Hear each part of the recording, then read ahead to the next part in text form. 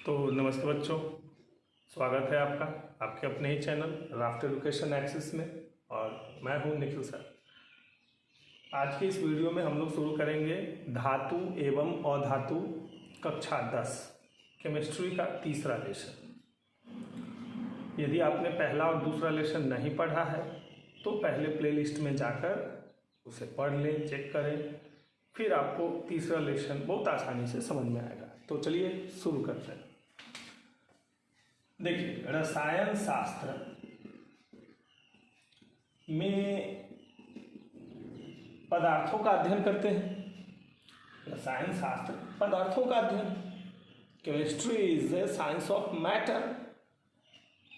और रसायन शास्त्र को अध्ययन की सुविधा के लिए 3 भागों में बांटा गया। भौतिक रसायन,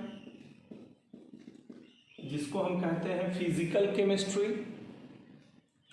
उसके बाद अकार्बनिक रसायन, और जिसको हम कहते हैं इनऑर्गेनिक केमिस्ट्री, और एक हो गया कार्बनिक रसायन, जिसको हम कहते हैं ऑर्गेनिक केमिस्ट्री। जैसा कि आप जानते हैं कि हमें कक्षा 10 में 5 पाठ पढ़ना है टोटल केमिस्ट्री में। तो उसमें जो अपना पहला लेसन है रासायनिक अभिक्रिया और समीकरण, वो फर्स्ट लेसन भौतिक रसायन है, क्योंकि वहाँ हम किसी तत्व या यौगिक के बारे में नहीं पढ़ते हैं, वहाँ हम पढ़ते हैं केमिस्ट्री के नियमों के बारे में, सूत्र बनाना, समीकरण बनाना, उसको संतुलित करना। दूसरा जो पाठ है अपना अम्ल क्षारक लवण, वो भी भौतिक रसायन में ही आता है, क्योंकि वहाँ किसी खास यौगिक के बारे में आप नहीं पढ़ते हैं। और तीसरा जो अपना लेसन है उसका नाम हो गया धातु अधातु, जो आज हम पढ़ने जा रहे हैं, है ना। इस वीडियो में हम लोग यही लेसन पढ़ने जा रहे हैं, धातु अधातु, मेटल एंड नॉन मेटल। तो ये जो है अपना अकार्बनिक रसायन है, इनऑर्गेनिक केमिस्ट्री। और चौथा लेसन कार्बन और उसके यौगिक, जो कार्बनिक रसायन है। और फिर से आ गया 5वां लेसन तत्वों का वर्गीकरण, जो वापस से कहाँ गया, भौतिक रसायन। ये 5वां पाठ हो गया तत्वों का वर्गीकरण, आवर्त सारणी, पीरियोडिक टेबल के बारे में जहाँ पढ़ेंगे। तो इस तरह से अपना 3 भाग, भौतिक रसायन और एक लेसन है जो अपना अकार्बनिक रसायन है। तो आज हम लोग इसी को शुरू करते हैं, धातु एवं अधातु। तो बच्चों, ऐसे तो धातु की परिभाषा हम लोग 7-8 से पढ़ते आ रहे हैं कि धातु किसे कहते हैं। तो वे तत्व जो आघातवर्धन्य हो, तन्य हो, विद्युत धारा का सुचालक हो, उष्मा का सुचालक हो, गलनांक उच्च हो, उसे धातु कहते हैं।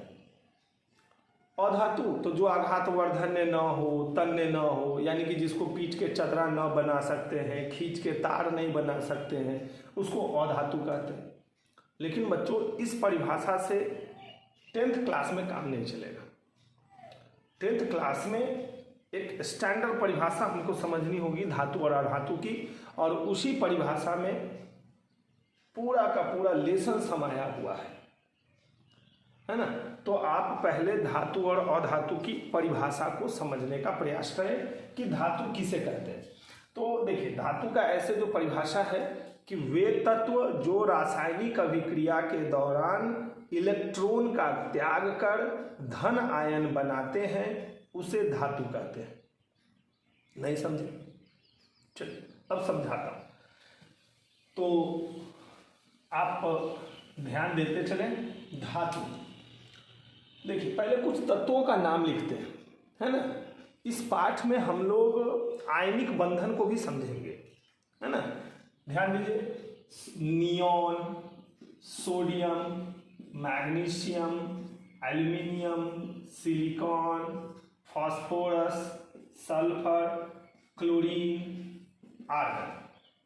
अब देखिए, नियॉन 10, 11, 12, 13, 14, 15, 16, 17, 18, अब इसका देखिए इलेक्ट्रॉनिक विन्यास 2 8 2 8 1 2 8 2। देखिए बच्चों, यदि आप इलेक्ट्रॉनिक विन्यास लिखना नहीं जानते हैं तो फिर केमिस्ट्री का सबसे बेसिक कंसेप्ट आप छोड़ रहे हैं। मैंने इलेक्ट्रॉनिक विन्यास बहुत ही आसान तरीके से समझाया है, प्लेलिस्ट में जाकर चेक करें और पहले उसको सीखें। सबसे पहले केमिस्ट्री अगर सीखना हो तो इलेक्ट्रॉनिक विन्यास आपको आना चाहिए। चलिए, तो ये हमने इलेक्ट्रॉनिक विन्यास लिखा नियॉन से लेकर आर्गन तक। देखिए, कोई भी तत्व जो होता है ना, वो रासायनिक अभिक्रिया क्यों करता है? वो रासायनिक अभिक्रिया करता है अक्रिय बनने के लिए, इनर्ट बनने के लिए। अब अक्रिय गैस क्या होते हैं? तो देखिए, ये जो देख रहे हैं ना नियॉन, इसके लास्ट में 8 है। कोई भी तत्व चाहता है कि उसके बाह्यतम कक्षा में, सबसे बाहर वाली कक्षा में 8 इलेक्ट्रॉन पूरा हो जाए, इसलिए वो रासायनिक अभिक्रिया करता है। तो इसके बाह्यतम कक्षा में 8 इलेक्ट्रॉन पहले से है, तो ये अक्रिय है। अब यहां देखिए आर्गन, ये अक्रिय है, और नियॉन और आर्गन के बीच में ये देखिए ये सब सक्रिय है। ये दोनों अक्रिय हो गया और ये बीच में सारे सक्रिय हो गए, क्योंकि इन सबको इनके जैसा बनना है। तो अब सोडियम, इसके लास्ट में 1 इलेक्ट्रॉन है। इसको चाहिए कि भाई ये भी चाहता है कि मेरे लास्ट में 8 इलेक्ट्रॉन हो जाए, बाह्यतम कक्षा में 8 इलेक्ट्रॉन पूरा हो जाए। तो अब अच्छा, क्लोरीन, इसके लास्ट में भी 7 है, तो ये भी चाहता है कि मेरे अंत में 8 हो जाए। तो क्या सोडियम क्लोरीन के पास जाएगा रिएक्शन करने, तो सोडियम बोलेगा कि भाई तुम अपना 7 इलेक्ट्रॉन मुझे दे दो, तो क्लोरीन देगा? नहीं देगा। क्यों नहीं देगा? क्योंकि ये बोलेगा कि मुझको भी तो 8 ही पूरा करना है, मेरे लास्ट में 7 है, तुम अपना 1 ही दे दो ना, मेरा पूरा हो जाएगा। तो सिंपल है कि ऐसे कंडीशन में सोडियम को अपना 1 इलेक्ट्रॉन देना होगा क्लोरीन को, और जब सोडियम अपना 1 इलेक्ट्रॉन क्लोरीन को दे देगा तो देखिए इसका कॉन्फ़िगरेशन क्या हो जाएगा, 2 8, और इसका कॉन्फ़िगरेशन क्या हो जाएगा, इलेक्ट्रॉनिक विन्यास 2 8 8। और इस तरह से जब सोडियम अपना 1 इलेक्ट्रॉन क्लोरीन को दिया तो दोनों के अंत में 8 8 पूरा हो गया, बस हो गया। अब आप धातु और धातु को समझ गए। क्या है परिभाषा, ध्यान दीजिए। वे तत्व जो रासायनिक अभिक्रिया के दौरान इलेक्ट्रॉन का त्याग करते हैं, इलेक्ट्रॉन का क्या कर दिया, दे दिया, इलेक्ट्रॉन देने का काम करता है, उसे धातु कहते हैं। और जो इलेक्ट्रॉन लेने का काम करता है उसे अधातु कहते हैं। अब धातु धनायन बनाते हैं कैसे? तो देखिए, सोडियम पर पहले से ध्यान दीजिए। अब चलिए इस बीच में, अब इस चीज को पहले आप दिमाग में रख लीजिए कि जिसके लास्ट में 1 2 3 हो, इलेक्ट्रॉनिक विन्यास लिखिए, और अगर उसका संयोजी इलेक्ट्रॉन की संख्या अगर 1 2 या 3 है तो वो धातु होगा। और इसका 2 ही अपवाद है, हाइड्रोजन और हीलियम। इन दोनों के लास्ट में, हाइड्रोजन के लास्ट में 1 होता है और हीलियम के लास्ट में 2 होता है, लेकिन ये दोनों अधातु है। इसके अलावा कोई भी तत्व हो, आपको पता करना है कि वो धातु है या अधातु। आप बिल्कुल निश्चिंत होकर उसका इलेक्ट्रॉनिक विन्यास लिखें, और आप अगर देखते हैं कि उसके लास्ट में 1 2 3 में से कोई भी नंबर आ रहा है तो वो धातु है, और अगर उसके लास्ट में 4 5 6 7 8 आ रहा है तो वो अधातु है। हाँ, अब इसमें अधातु को कैसे पहचानेंगे तो ध्यान देते हैं, इसका कुछ एक्सेप्शन भी होगा, है ना। अधातु का कुछ अपवाद है, जैसे कि हमने क्या कहा आपसे कि लास्ट में 4 5 6 7 8 होगा तो वो अधातु होगा। तो ध्यान देते हैं इसका कुछ अपवाद क्या हो गया, जैसे कि बी सी गे ऐसन सब टीपो, ये जो देख रहे हैं ना ये उपधातु है, सॉरी हाँ सही सॉरी, उपधातु मेटलॉयड उपधातु। तो तत्व हो गए 3 तरह के, धातु, अधातु, उपधातु। लास्ट में 1 2 3 है तो धातु, ये उपधातु इतना ही है, इसका लिस्ट आपको याद रख लेना होगा। और इसके अलावे जो भी बच गया सब क्या है, अधातु। और उसके लास्ट में क्या आएगा 4 5 6 7 8। तत्व 3 तरह के, धातु पहचान गए लास्ट में 1 2 3 हाइड्रोजन हीलियम को छोड़कर। उपधातु आपको याद रख लेना है, boron, silicon, germanium, arsenic, stibium, tellurium, polonium. याद करने का तरीका बीसी गे ऐसा सब टीपो, बीसी गे ऐसा सब टीपो टीपो, ये उपधातु। और जो बच गया तो क्या बचेगा अधातु, ठीक है ना। चलिए तो फिर वैसे तत्व जो रासायनिक अवधान आयन बनाते हैं, अवधान आयन क्या होता है पहले इसको समझ लीजिए। धातु और अधातु में एक बात आपने समझ लिया कि धातु अधातु से विक्रिया कैसे करेगा, तो धातु इलेक्ट्रॉन देता है, अधातु इलेक्ट्रॉन लेता है। अब ये जो बोलते हैं ना कि धातु इलेक्ट्रॉन का त्याग कर धन आयन बनाते हैं, अरे भैया ये धन आयन कैसे बन जाता है, क्या होता है धन आयन, तो ध्यान दीजिए फिर से हम एक उसी एग्जाम्पल की ओर चलते हैं, सोडियम और क्लोरीन की तरफ। Sodium 11,281, chlorine 17,287। सोडियम जब रिएक्शन किया था तो इसने क्या किया, एक इलेक्ट्रॉन दे दिया, क्लोरीन को एक इलेक्ट्रॉन दिया। अब देखिए सोडियम की परमाणु संख्या क्या है, 11 है। तो परमाणु संख्या जितनी होती है उतना ही इलेक्ट्रॉन और उतना ही प्रोटॉन। परमाणु संख्या बराबर प्रोटॉन की संख्या बराबर इलेक्ट्रॉन की संख्या, है ना। और जब इसका देखिए परमाणु संख्या 17 है तो इसमें इलेक्ट्रॉन कितना 17, प्रोटॉन कितना 17। तो पहले से ये कंडीशन है। लेकिन जब अच्छा इलेक्ट्रॉन माइनस होता है प्रोटॉन प्लस होता है, इलेक्ट्रॉन पर माइनस आवेश प्रोटॉन पर प्लस आवेश, तो टोटल मिला के जोड़िए -11 + 11 टोटल मिला के कितना हुआ 0 हो गया ना। 11 रुपये आपके पास था, आपने 11 रुपये खर्च कर दिए तो कितना बचा 0। तो ये रिएक्शन से पहले दोनों में क्या टोटल चार्ज कितना है, सोडियम का 0, क्लोरीन का टोटल चार्ज कितना है 0। अब रिएक्शन करने के बाद आफ्टर रिएक्शन क्या हुआ, सोडियम 11, परमाणु संख्या तो अभी भी 11 ही होगा ना, क्यों होगा, क्योंकि इलेक्ट्रॉन दिया गया है प्रोटॉन नहीं, ठीक है ना। तो इलेक्ट्रॉन जब दिया गया तो अब इसके पास 2,8, एक इलेक्ट्रॉन ये क्या किया इसको दे दिया, तो अब इसका इलेक्ट्रॉनिक विन्यास क्या हो जाएगा 2,8, यानी कि इसमें इलेक्ट्रॉन अब कितना है 10 और प्रोटॉन अभी भी कितना है 11, क्योंकि प्रोटॉन तो दिया ही नहीं ना। आपसे कोई पेंसिल लिया तो आपका पेन कैसे कम हो जाएगा, तो ये माइनस, अब इस दोनों को जोड़ दीजिए कितना हो जाएगा +1, यानी कि अब सोडियम जो था Na जो था अब क्या बन गया Na+, 1+। अगर ये 2 इलेक्ट्रॉन दिया होता तो हो जाता 2+, 3 इलेक्ट्रॉन देता तो 3+, और 3 से ज्यादा इलेक्ट्रॉन ना तो लूज किया जा सकता है ना तो गेन किया जा सकता है, ना तो 3 से ज्यादा इलेक्ट्रॉन दे सकते हैं ना तो ले सकते हैं। धीरे धीरे क्लियर होता चलेगा।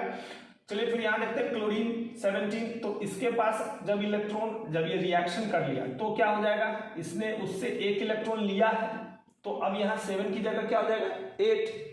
अब देखिए इसमें इलेक्ट्रॉन कितना हो जाएगा, पहले से 17 था, जब इलेक्ट्रॉन 1 ले लिया तो कितना हो जाएगा 18, तो -18, प्रोटॉन कितना हो जाएगा +17, 17 तो पहले से जितना था उतना ही रहेगा, जोड़ दीजिए -1। इसीलिए तो रिएक्शन के बाद ये क्लोरीन क्या हो गया Cl-, यानी कि धातु किसे कहते हैं, वे तत्व जो रासायनिक अभिक्रिया के दौरान इलेक्ट्रॉन का त्याग कर धन आयन बनाते हैं। इलेक्ट्रॉन देने के बाद वो क्या बन जाता है पॉजिटिव आयन बन जाता है। क्यों बन जाता है, क्योंकि उसमें इलेक्ट्रॉन की संख्या कम हो जाती है ना, और उसे धातु कहते हैं। और अधातु तो वे तत्व जो रासायनिक अभिक्रिया के दौरान इलेक्ट्रॉन ग्रहण कर ऋण आयन बनाते हैं उसे अधातु कहते हैं।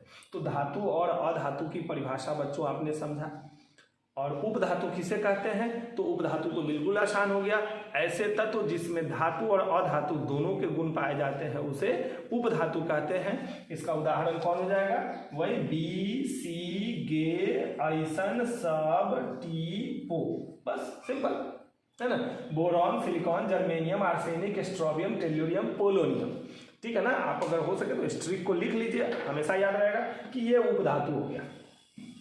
तो हमने समझा धातु और अधातु की परिभाषा। देखिए बच्चों, इलेक्ट्रॉनिक विन्यास एक बहुत जरूरी कंसेप्ट होता है जो आना ही चाहिए। तो आप इलेक्ट्रॉनिक कॉन्फ़िगरेशन को सबसे पहले जो है देखिए, केमिकल रिएक्शन जब भी होता है तो उसमें भाग कौन लेता है? केमिकल रिएक्शन में पार्टिसिपेट करना है इलेक्ट्रॉन को। तो जब इलेक्ट्रॉन को भाग लेना है और आप इलेक्ट्रॉन का डिस्ट्रीब्यूशन ही नहीं जानेंगे तो फिर केमिस्ट्री कैसे सीखेंगे, है ना। तो इलेक्ट्रॉन का डिस्ट्रीब्यूशन आपको कक्षा, उप कक्षा सब में आना चाहिए और अच्छे से आना चाहिए। चलिए फिर आगे देखते हैं, ध्यान देते हैं, हमने सिखाया भी है, प्लेलिस्ट में जाकर आप चेक कर सकते हैं। अब देखते हैं धातु के भौतिक गुण। अब हम परिभाषा को समझ चुके, तो अब हमको समझना है धातु के भौतिक गुण। भौतिक गुण मतलब फिजिकल प्रॉपर्टी, और ये आप पहले से जान रहे हैं। भौतिक गुण हमने पहले भी कई पाठों में पढ़ाया है उसका परिभाषा, कि वैसा गुण जो हमको अपने ज्ञान इंद्रियों से देख के, सूंघ के, छू के, चाट के पता चलता है, तो उसी को बोलते हैं भौतिक गुण। तो सिंपल है धातु का भौतिक गुण। अब आपके सामने एक लोहा का रॉड रखा हुआ है ना, उसको क्या क्या आप देख के, सूंघ के, छू के, चाट के क्या क्या पता कर सकते हैं, सामने लिखता हूँ। सबसे पहला आघात वर्धन्यता। कई बार परीक्षा में पूछता है कि आघात वर्धन्यता से आप क्या समझते हैं। तो आघात, आघात मतलब पीटना, और वर्धन्यता मतलब बढ़ना, ठीक है ना। अंग्रेजी में इसको बोलते हैं मैलिएबिलिटी।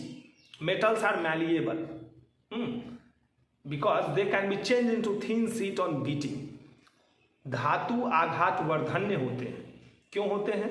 क्योंकि उन्हें पीट कर चदरा बनाया जा सकता है। तो इसका पहला गुण समझ में आ गया, आघात वर्धन्यता। धातुएं आघात वर्धन्य होती हैं क्योंकि इन्हें पीट कर चदरा बनाया जा सकता है। दूसरा तन्यता। धातुएं तन्य होती हैं क्योंकि इसे खींचकर तार बनाया जा सकता है। आप देखते होइएगा सोना, चांदी, ये सब का पतला पतला सोना का 1 ग्राम, 2 ग्राम, 100 ग्राम, 100 ग्राम तो बहुत ज़्यादा हो गया भाई, 10 ग्राम यहाँ से लेके यहाँ तक पूरा पहुँचा देगा ऐसा पूरा, है ना। तो पतला से पतला तार खींचा जा सकता है लगभग। अभी जैसे तो सबसे अधिक तन्य जो धातु है वो सोना होता है, याद रखिएगा। तो तन्यता, धातुएं तन्य होती हैं, इसको खींच के तार बनाया जा सकता है। तीसरा ध्वनिकी, यानी कि धातुओं को पीटने पर टन टन की ध्वनि निकलती है। सोनोरोसिटी जिसको बोलते हैं, धातुओं को पीटने पर टन टन की ध्वनि निकलती है, इसको ध्वनिकी कहते हैं। साइकिल की घंटी बजाते हैं ना तो टन देर तक, तो वो ध्वनिकी कहलाती है। उसके बाद सुचालकता, धातुएं उष्मा और विद्युत की सुचालक होती हैं, ठीक है ना। धातुएं, एक लोहा का रॉड ले लीजिए, एक छोर पे गर्म कीजिए तो दूसरे छोर को छुइएगा तो वो पकेगा, क्योंकि वहां से उष्मा चलकर यहाँ तक आ गई है ना। उसके बाद सबसे अधिक सुचालक कौन होता है? चांदी होता है, याद रखिएगा, ऐसा ऑब्जेक्टिव में पूछता है। अब बोलिएगा तो घर में चांदी के तार का उपयोग क्यों नहीं होता? तो इसीलिए कि वो महंगा है। अच्छा तो हवाई जहाज है तो फिर साइकिल से क्यों चलते हैं? सर्वे गुणा कंचन माश्रयंती, सब गुण पैसा में निवास करता है। पढ़िए लिखिए तभी आगे बढ़ पाइएगा। चलिए, आघात वर्धन्यता, धातुओं को पीट कर चदरा बनाया जा सकता है। तन्यता, धातुओं को खींच कर तार बनाया जा सकता है। ध्वनिकी, धातुओं को पीटने पर टन टन की ध्वनि निकलती है। सुचालकता, तो धातुएं उष्मा और विद्युत का सुचालक होती हैं। उसके बाद कठोरता, धातुएं कठोर होती हैं। छठा क्या लिख सकते हैं उसको? अवस्था, अवस्था, तो धातुएं ठोस अवस्था में होती हैं। धातुएं प्रायः ठोस अवस्था में होती हैं। 7वां गलनांक, धातुओं का गलनांक उच्च होता है ना। 8वां चमक, धातुओं में विशेष प्रकार की चमक होती है, लस्टरनेस। सोना, चांदी, तांबा, एल्युमिनियम, ये सब आपके सामने रख देगा तो उसको देख के आप पहचान लेते हैं ना कि ये सोना है, ये चांदी है, ये लोहा है, क्योंकि सब में अलग अलग प्रकार की चमक होती है ना। तो धातुओं में विशेष प्रकार की चमक होती है। तनन क्षमता, तनन क्षमता मतलब धातुओं को खींचकर तनन क्षमता। आप देखते होइएगा कभी कभी वो जो किरान होता है, हाइड्रा जिसको बोलते हैं, किरान, ये सब जो बड़ा बड़ा हाथ वाला जो कहीं ट्रक बस ये सब गिर जाए या कोई भारी सामान उठाने के लिए, तो उसमें लोहे का एक हुक लगा होता है। कितना पतला होता है क्या? अभी हमको लगता है बहुत मोटा है, लेकिन वो उठा कितना ज़्यादा रहा है, सो देखिए उसके सामने में बस उतना छोटा सा, और उसको पूरा को खींच के रख सकता है। धातुएं तन्य होती हैं और उसकी तनन क्षमता, टेंसाइल स्ट्रेंथ बहुत उच्च होती है, ठीक है ना। धातुओं की तनन क्षमता बहुत उच्च होती है। तो ये धातु के भौतिक गुण, फिर से बच्चों एक बार ध्यान से देख लीजिए कि धातु का भौतिक गुण क्या क्या हो गया। आघातवर्धन्यता, धातुओं को पीट कर चदरा बनाया जा सकता है। तन्यता, धातुओं को खींचकर तार बनाया जा सकता है। ध्वनिकी, धातुओं को पीटने पर टन टन की आवाज निकलती है। सुचालकता, है ना, अभी धातुएं उष्मा और विद्युत का सुचालक होती हैं। कठोरता, धातुएं कठोर होती हैं। अवस्था, धातुएं ठोस अवस्था में रहती हैं। गलनांक, कमरे के ताप पर ठोस अवस्था में, इसको बोलते हैं कमरे के ताप पर। गलनांक, अभी धातुओं का गलनांक उच्च होता है। चमक, धातुओं में विशेष प्रकार की चमक पाई जाती है। तनन क्षमता, धातुओं की तनन क्षमता उच्च होती है। तो धातु के भौतिक गुण आपने लिखा, देखा। अगर बच्चों ये लिखना है तो आप फटाफट लिख लें। और चलिए फिर अधातु, अब देखिए अधातु के भौतिक गुण, बस इसको बदल देना है ना। आघातवर्धन्यता, अधातु आघातवर्धन्य नहीं होते। अधातु तन्य नहीं होते। अधातुओं को पीटने पर टन की ध्वनि नहीं निकलती। अधातुएं उष्मा और विद्युत का सुचालक नहीं होती है। अधातुएं कठोर नहीं होती है, भंगुर होती है, पीटेंगे तो फूट जाएगा। अधातुएं प्रायः ठोस या गैसीय अवस्था में रहती है। ध्यान दीजिएगा, ठोस या गैसीय अवस्था में। अधातुओं का गलनांक निम्न होता है। अधातुओं में विशेष प्रकार की चमक नहीं होती है। अधातुओं की तनन क्षमता कम होती है या नहीं होती है। ठीक है, तो धातु और अधातु के भौतिक गुण आपने समझा। अब इसका कुछ अपवाद देखते हैं। देखिए, अपवाद कहने का क्या मतलब, जो साधारण नियम का पालन न करता हो। अब जैसे आदमी को सींग नहीं होता है, क्या पूंछ नहीं होता है, और किसी को अगर हो जाए, एक बार हमने कहीं पढ़ा था अखबार में कि चाइना में एक आदमी को माथे पर 3 या 4 सेंटीमीटर का सींग जैसा निकल गया। तो अब क्या बोलेंगे हम लोग कि आजकल अब आदमी को सींग होने लगा है? बिल्कुल नहीं, अपवाद है, चाइना कुछ भी हो सकता है। चलिए फिर यहाँ ध्यान देते हैं। तो अपवाद, आपसे मैट्रिक के परीक्षा में इसमें से क्वेश्चन बहुत पूछता है ऑब्जेक्टिव में, अपवाद। अब जैसे देखिए, सोडियम, पोटेशियम, मैग्नीशियम, ये सब क्या है? धातु है। ये सब है धातु, लेकिन मुलायम होता है। हमने पढ़ा क्या कि धातुएं कठोर होती हैं, जबकि सोडियम, पोटेशियम, मैग्नीशियम धातु है, फिर भी ये मुलायम। तो ये अपवाद हो गया ना। उसके बाद आयोडीन, अधातु है लेकिन इसमें चमक होती है। हमने तो पढ़ा कि अधातु में चमक नहीं होती है, लेकिन आयोडीन में होती है। अब मरकरी है ना, पारा, भैंस का पारा, थर्मामीटर वाला पारा। मरकरी है कौन? धातु, लेकिन द्रव होता है। हमने पढ़ा कि धातु ठोस होती है, लेकिन ये अपवाद हो गया है ना।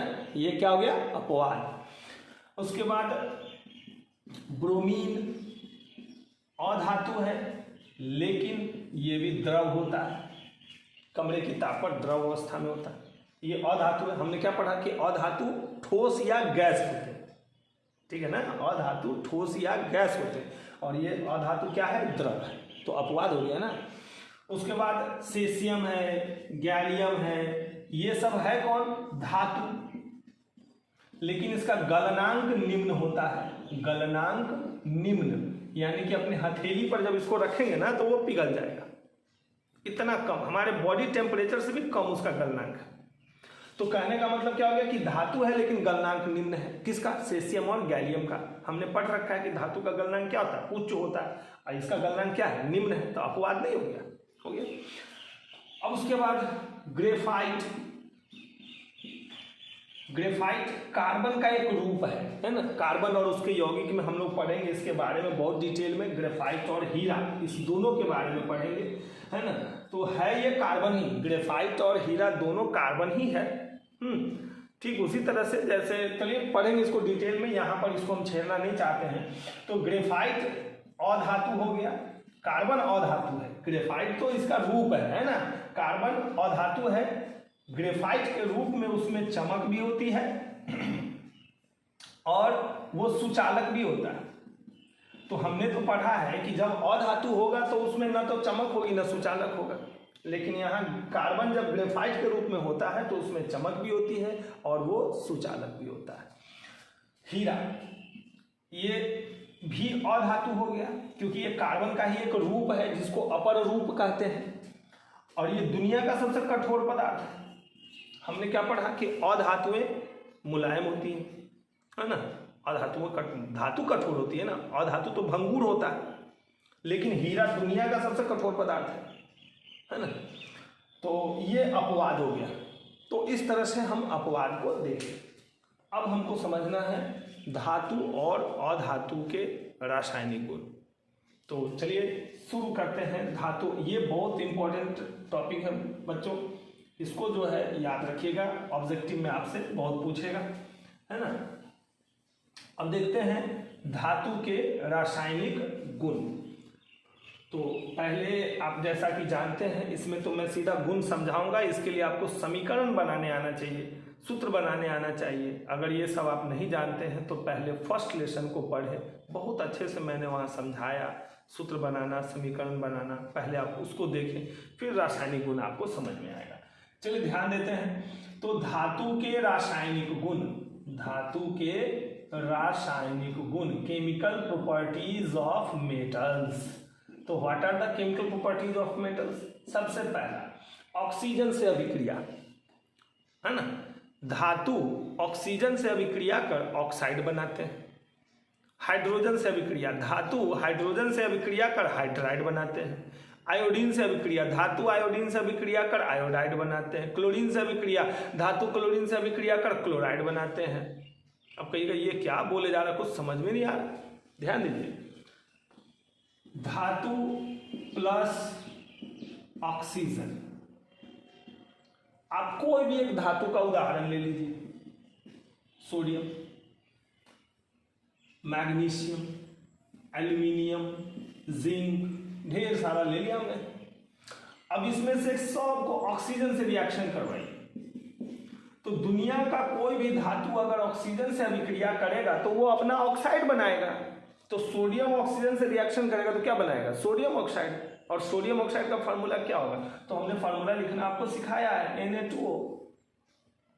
फार्मूला याद नहीं किया था, पता है आपको, फर्स्ट लेसन। मैग्नीशियम ऑक्सीजन से अभिक्रिया किया, क्या बना देगा? MgO। अब क्यों हो गया MgO आपको पता है ना, मैग्नीशियम का वैलेंसी 2, ऑक्सीजन का वैलेंसी 2, 2 से 2 कैंसिल हो गया तो क्या बच गया? MgO। एल्यूमिनियम ऑक्सीजन से रिएक्शन किया, Al2O3। जिंक ऑक्सीजन से रिएक्शन किया, जिंक ऑक्साइड, ZnO।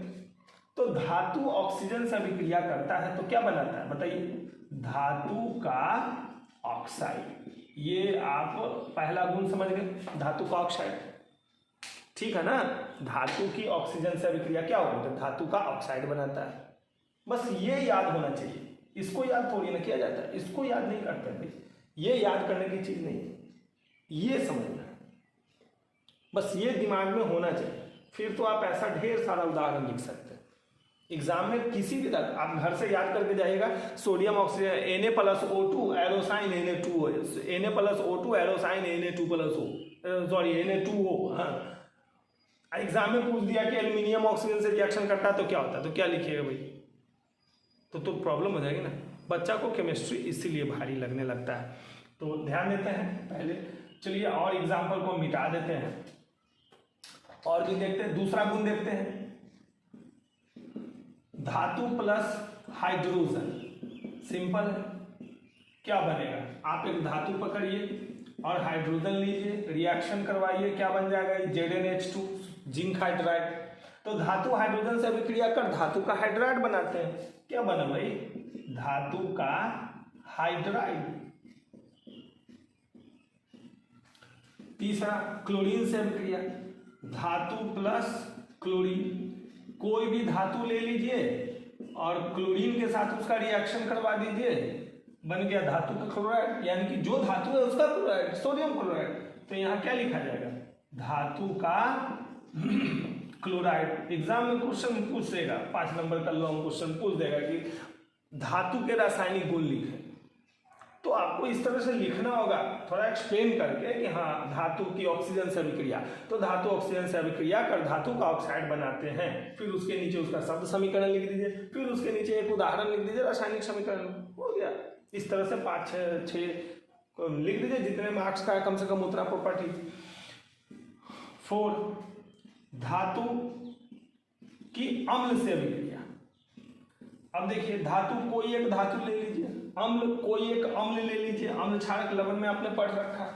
अब चलिए ये अभिक्रिया करेगा, आपको पता है ये कौन सी अभिक्रिया होगी, विस्थापन अभिक्रिया। क्यों? धन मूलक, हाइड्रोजन धन मूलक, सोडियम धन मूलक, क्लोरीन ऋण मूलक। अब 2 धन मूलक है, एक ऋण मूलक है, तो सोडियम क्या करेगा, हाइड्रोजन को वहां से हटा देगा, क्योंकि सोडियम ज्यादा शक्तिशाली है। तो सोडियम हाइड्रोजन को वहां से हटा देगा तो क्या बन जाएगा, NaCl। तो हाइड्रोजन अलग हो गया ना, तो ये अकेले तो रह नहीं सकता H2, तो ये क्या बन गया बताइए, ये लवण है, लवण है ना तो ये अम्ल है ना तो क्षार है, ये क्या बन गया, लवण। तो धातु जब अम्ल से अभिक्रिया करते हैं तो क्या बनता है, लवण, और क्या मुक्त किया, हाइड्रोजन, तो लवण और hydrogen.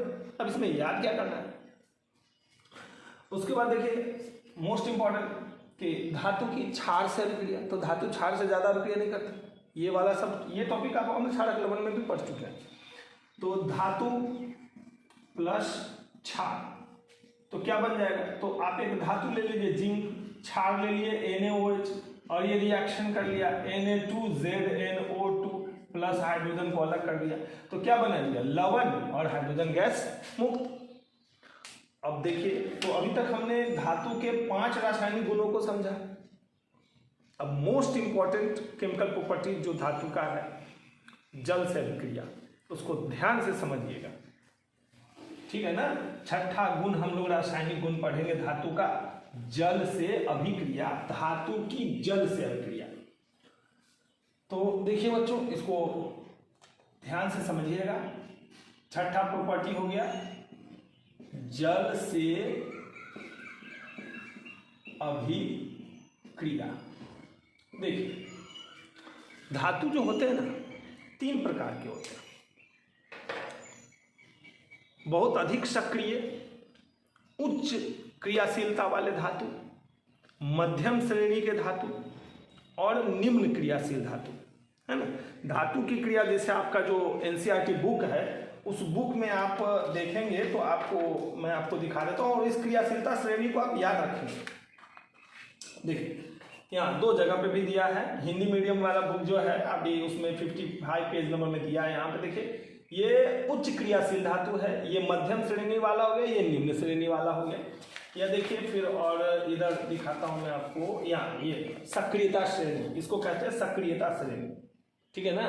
Potassium, sodium, calcium, magnesium, aluminium, zinc, iron, plumbum, है ना।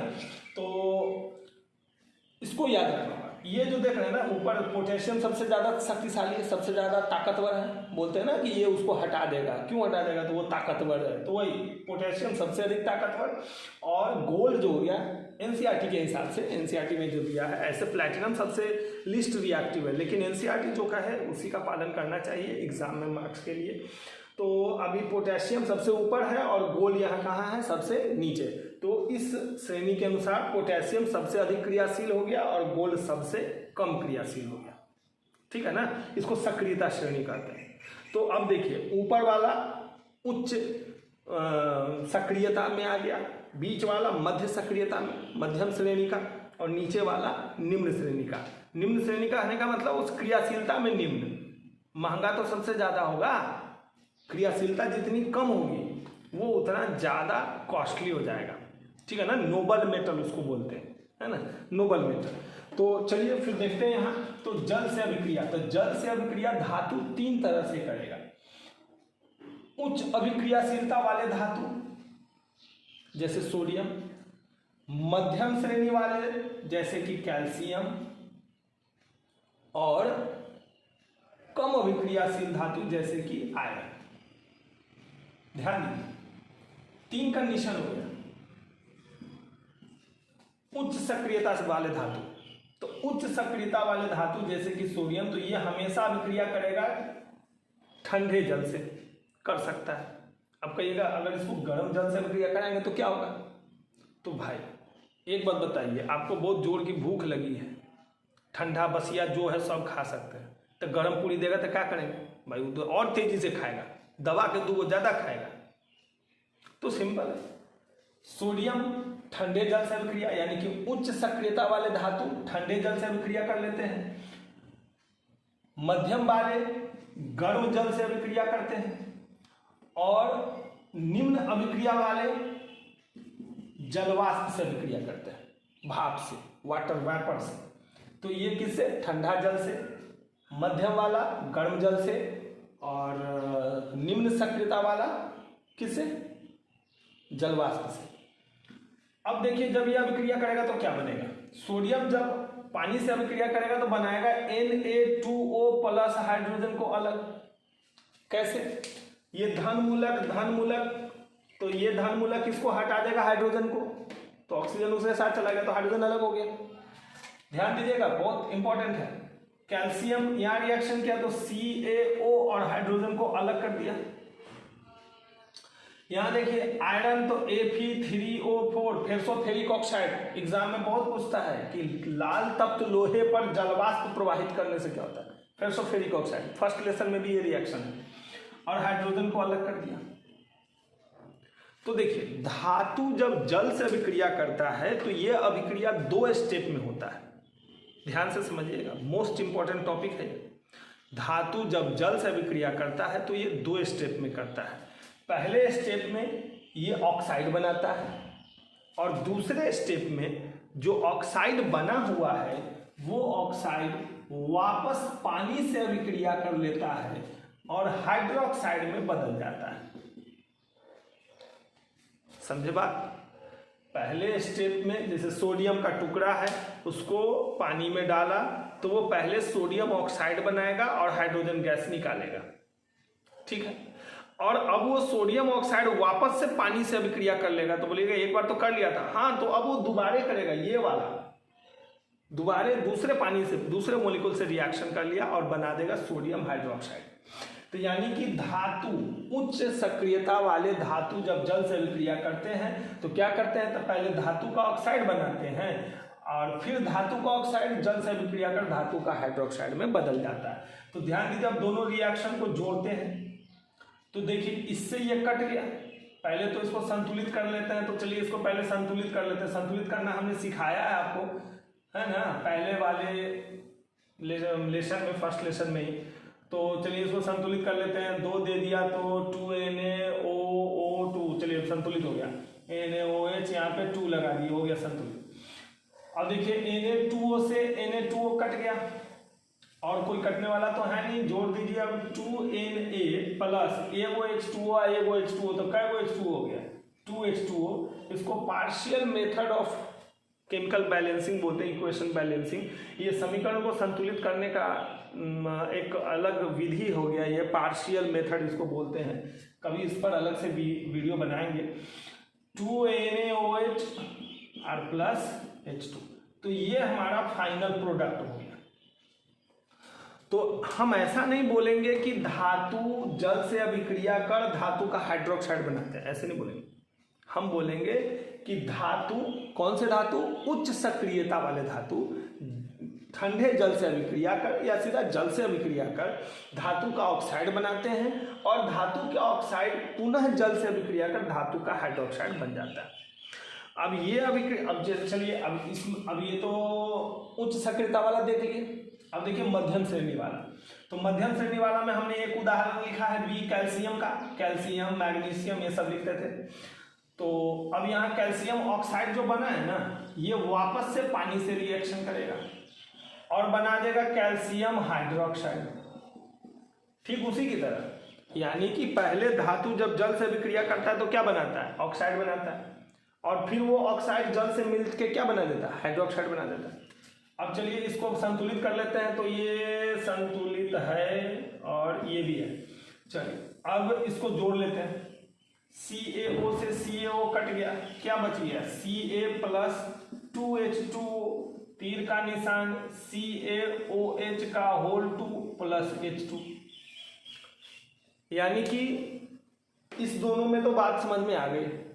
और यहां क्या होता है, कि यहाँ जो देख रहे हैं ना निम्न क्रियाशीलता वाले धातु, ये जब जल से अभिक्रिया करते हैं तो बस ये ऑक्साइड में रह जाते हैं, यानी कि ये जो ऑक्साइड है ना ये वापस जल से अभिक्रिया नहीं करेगा।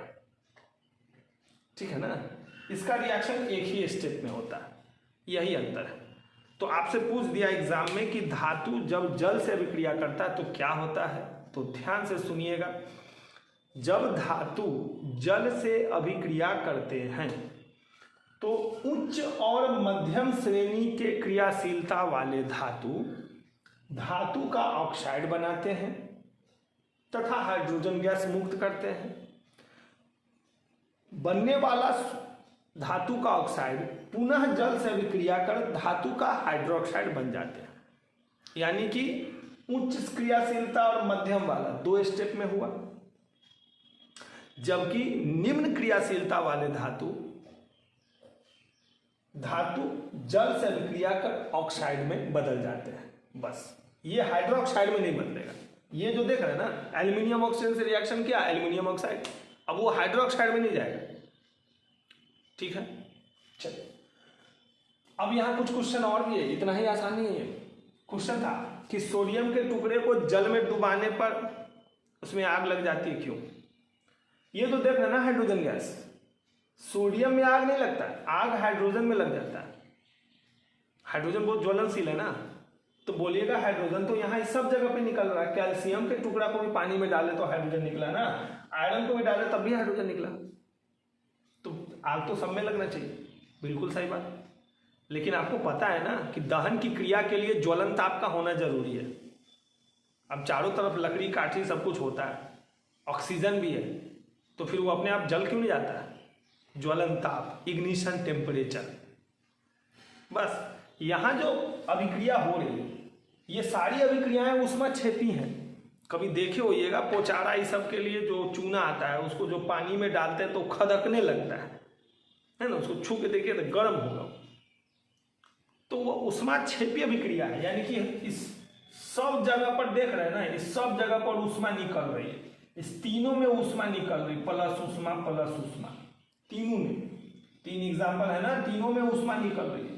अब यहाँ ये जो ऊष्मा है ना ये बहुत ज़्यादा है, और इतना ज़्यादा है कि ये हाइड्रोजन को जला सकता है। इसीलिए इस सोडियम के टुकड़ा को पानी में डालने पे आग लग जाता है। और यहाँ कैल्शियम जो देख रहे हैं ना, यहाँ जो ऊष्मा निकल रही है वो इतनी अधिक नहीं है कि हाइड्रोजन को जला सके, इसीलिए इस हाइड्रोजन में आग नहीं लगता है। और यहाँ भी वही कंडीशन हो गया। हाँ, तो एक बात है कि कैल्शियम को जब पानी में डालेगा तो वो तैरने लगता है। क्यों तैरने लगता है? क्योंकि ये जो हाइड्रोजन बना है ना, हाइड्रोजन गैस, ये हाइड्रोजन गैस सोडियम के टुकड़े के साथ बुलबुले के रूप में ऐसे चिपकने लगता है। तो जैसे किसी के साथ चिपकने लगेगा, गैस चिपकने लगेगा, तो उसका घनत्व तो क्या हो जाएगा? कम हो जाएगा। तो घनत्व तो कम हो जाएगा तो ऊपर उठ जाएगा, तैरने लगेगा। तो हमने देखा धातु के रासायनिक गुण। तो बच्चों फिर अगला पार्ट में देखेंगे, नेक्स्ट पार्ट में। इतना तब तक के लिए, फिर अगले पार्ट में हम लोग इसको 2-3 पार्ट में हम पढ़ाएंगे। धीरे धीरे, slow but steady wins the race. धीरे धीरे चलिए लेकिन दृढ़ता से चलिए, कंटिन्यू। कछुआ की तरह चाल चलनी चाहिए, खरगोश की तरह नहीं। तो तब तक के लिए बाय बाय, मिलते हैं।